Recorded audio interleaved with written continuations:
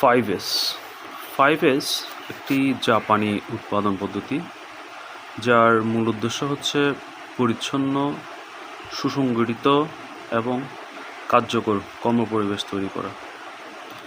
5S এর 5টি ধাপ। একটাই হচ্ছে শর্ট, দ্বিতীয়টি হচ্ছে সেট ইন অর্ডার, তৃতীয়টি হচ্ছে শাইন, চতুর্থটি স্ট্যান্ডার্ডাইজ, পঞ্চমটি সাস্টেইন। বর্তমানে আরেকটি ধাপ আছে যেটা সেফটি 6S নামে পরিচিত। এই 5S আমরা আমাদের দৈনন্দিন কাজে এবং গার্মেন্ট ইন্ডাস্ট্রিতে ব্যবহার করতে পারি। এটা দৈনন্দিন কাজে ব্যবহার করলে একরকম, আর গার্মেন্ট ইন্ডাস্ট্রির ক্ষেত্রে ব্যবহার করলে একরকম। Short, first one short. Short অর্থ হচ্ছে প্রয়োজনীয় ও অপ্রয়োজনীয় জিনিস আলাদা করা, অর্থাৎ যেগুলি আমাদের ফ্লোরে লাগবে, খুব প্রয়োজন, সেগুলি থাকবে এবং যেগুলোর প্রয়োজন নেই সেগুলো আমরা সরাই ফেলব। এরপর সেট ইন অর্ডার, দরকারি জিনিস নির্দিষ্ট জায়গায় রাখব, যে জিনিসগুলো আমাদের দরকার নেই সেগুলো আমরা সরাই ফেলব। এরপর হচ্ছে শাইন। শাইন হচ্ছে পরিষ্কার পরিচ্ছন্ন করব। তো গার্মেন্টস ইন্ডাস্ট্রিতে আমরা শাইন করব, মেশিন, ফ্লোর, টেবিল নিয়মিত পরিষ্কার পরিচ্ছন্ন করব। এরপর হচ্ছে স্ট্যান্ডার্ডাইজ। স্ট্যান্ডার্ডাইজ হচ্ছে নিয়মিত সাজানো, নিয়মে পরিণত করতে হবে। এরপর হচ্ছে সাস্টেইন। সাস্টেইন সবাইকে 5S এর অভ্যাসে পরিণত করতে হবে। অর্থাৎ আমরা যে উপরে 4টি ধাপ করলাম, সেই 4টি ধাপ আমাদেরকে অভ্যাসে পরিণত করতে হবে।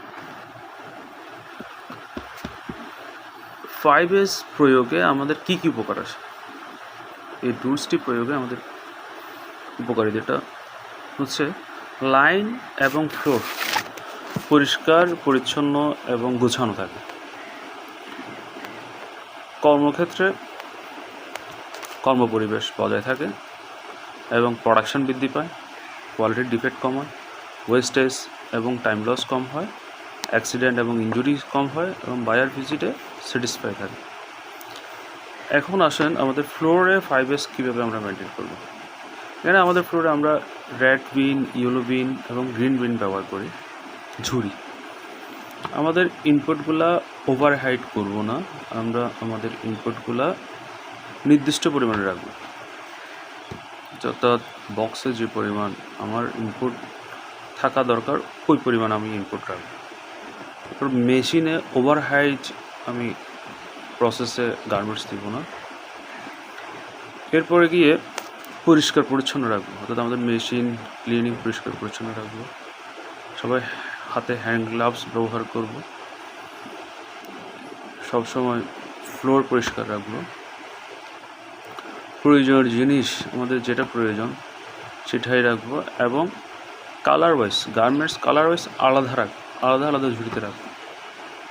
এবার ডকুমেন্টেশন, আমাদের যে ডকুমেন্টেশনগুলো প্রয়োজন ওই ডকুমেন্টগুলো রাখবো, ওই কাগজপত্রগুলো রাখবো। যেগুলো প্রয়োজন নেই সেগুলো আমরা ফেলে দিব বা অন্য জায়গায় ফেলে দিব।